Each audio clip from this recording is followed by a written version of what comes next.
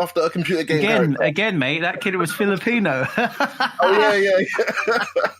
Leave us alone, man. I maybe didn't realize it was such like a typical name. Do you know what I mean? Yeah.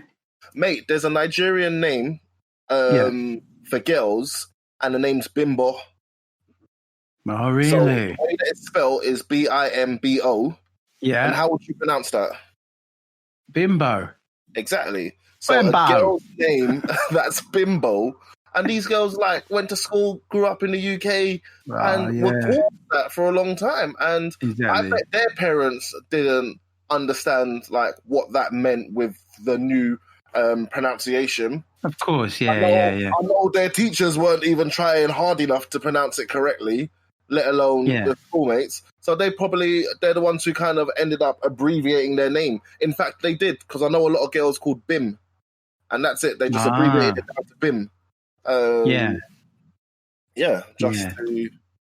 And that is madness. Oh, that must be so hard as well, isn't it? Yeah, exactly. But mate, I know people whose names are like Prince. I know a guy whose name is Prince. That's like a typical or common Ghanaian name. Okay. I know someone whose name's Princess. I know a Treasure, which is actually a boy's name and a girl's name. Yeah, I know a few of these people. I know a Precious. Yeah. Do you know what I mean? So sometimes names can kind of just fall into that category and just be the name. How about Innocent? You know anyone called Innocent? Yeah, I've heard that name before. I can't remember anyone like that for sure. Innocent. Yeah. But I knew someone called Immaculate. I like it. Yeah. But you think all these people, like, because of like, what we've both gone through, like, because of just the ball ache of having a different name, and it's like you need to just explain yourself all the time. Do you think these people have kept, like the ones that anyway, have they kept that name, or have they got?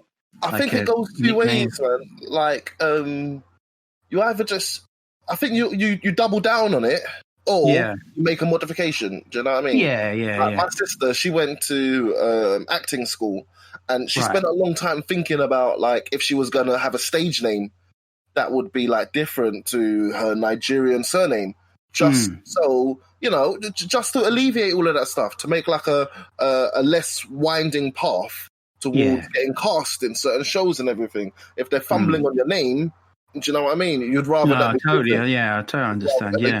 So for a long time she was mulling over whether or not she'll just go with a stage name or not. I don't know what her final decision is. In my head, she decided not to.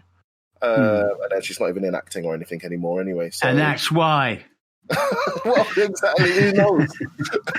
But mate, I still strongly believe I've never won a competition because of my name. Yeah. Seriously, I always tell my wife to enter competitions. I was like, you got such a plain white name. You got to enter. Because the only competition I ever won is like to Mexican wrestling match. Yeah. And then they called me up and they spoke Spanish to me, and I started speaking English. They were confused. And they were like, "Oh, what? You're English?" They called the wrong person. Yeah, and I was like, "See, I won this because of it." So, I think there is a bit of that. Yeah, and a lot of people like worry about that on like CVs and stuff like that. Like, are they just going to read your name at the top and just give it a pass? That's it's like, it. Yeah.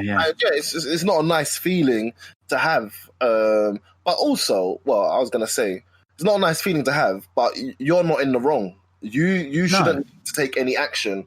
The action needs to be on the other side, where they need to be impartial. It doesn't matter what their name is. In fact, I'm a person where I like people to have non-typical names. I want to learn some new names to get me. I want to learn some new pronunciations, etc. Definitely, I'm one of those people that I just won't accept anyone getting my name wrong.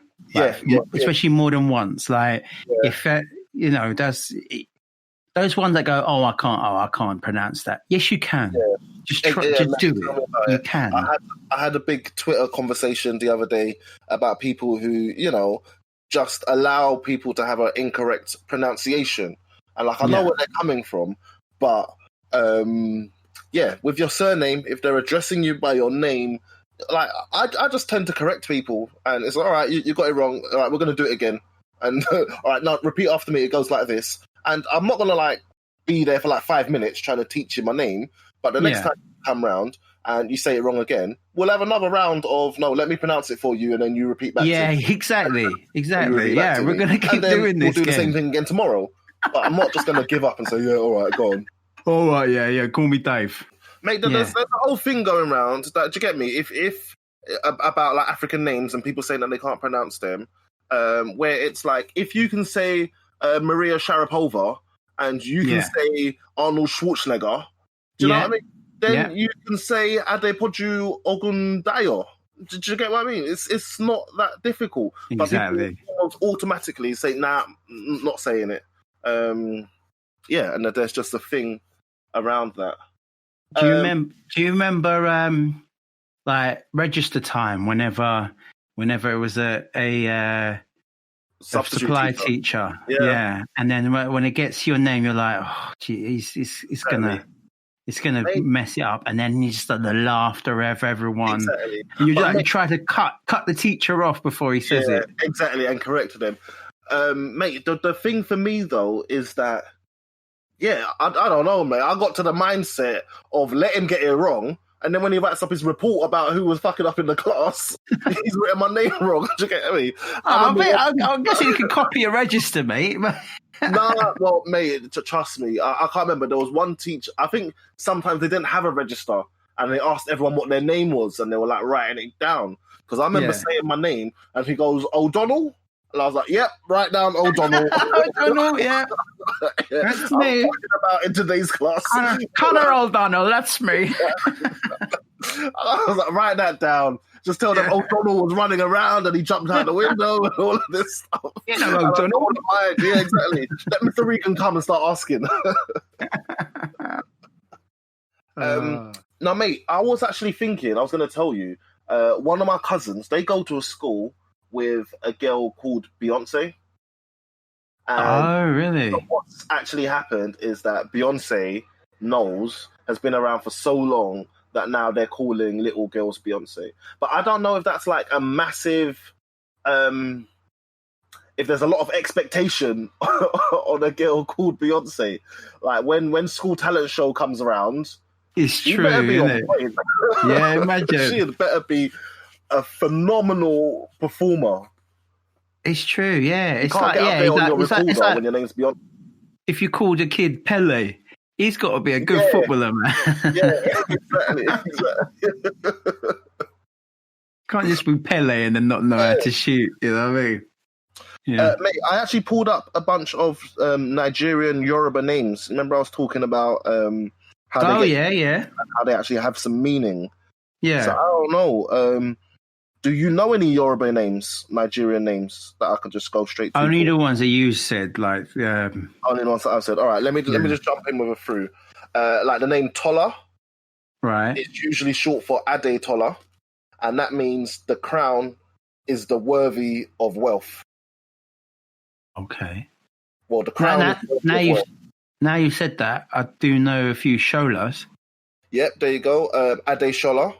That means the crown makes wealth. So do you get me? The Ade at the beginning, it means something to do with royalty. So either the crown or the king or something like that.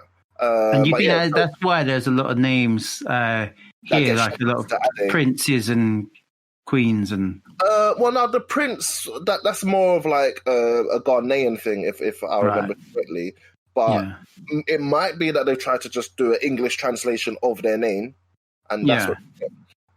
but like Ade Shola, Ade Toke, Ade Tola, Ade Tutu, Ade Wumi, all of them mean the crown. The crown makes beauty, the crown makes wealth, the crown makes health, the crown is soothing, the crown has washed me clean, loads of different things like that. So all of them kind of mean something when it starts with Ade. Another popular prefix is Ayo. So like Ayodele, Ayokumi, Ayomide, Ayoola, all of these will get shortened down to Ayo. So that's how they might introduce themselves. but the word Ayo means joy. Right. So all of those names are like the joy has come home. I'm filled with joy. My joy has arrived. My joy is going to be wealth. My joy has come from the Lord. Do you know what I mean? Yeah, no, that's nice as well, isn't it? Kind of thing. Yeah. Yeah. So once again, it kind of also tells you how your family were feeling when. Yeah, that's what I was going to say. Yeah, because it's nice to just think of them looking at the newborn and then saying that. Yeah. You know, it's a joy. And to also say that to you every time that they're calling you. True. Do you know what I mean? It's like, yeah, joyful child, come over here. I don't know if in your head, like, you stop hearing, like, the meaning and just take it as a name, if that makes sense. Yeah. Yeah. I'm not sure. But that's there because like I said, with me, it's like there's not. It wasn't a meaning to my name, so it wasn't like they were saying it. It was just like, it was like a granddad. I think a granddad or great granddad was called it. So I was exactly. So it was kind of like a lineage thing of that name would always exist for someone. Yeah, in our family line. Yeah, fair enough. And there's just loads like that, mate. Even me, like, sometimes I have to look through these, and it just kind of like brings an extra layer of understanding to like all the names and everything. It's actually quite interesting to look through. Yeah, so listener, tell us about your name experiences on the Twitter and Instagram. And do you have a name that people struggled with? Or are you a Karen?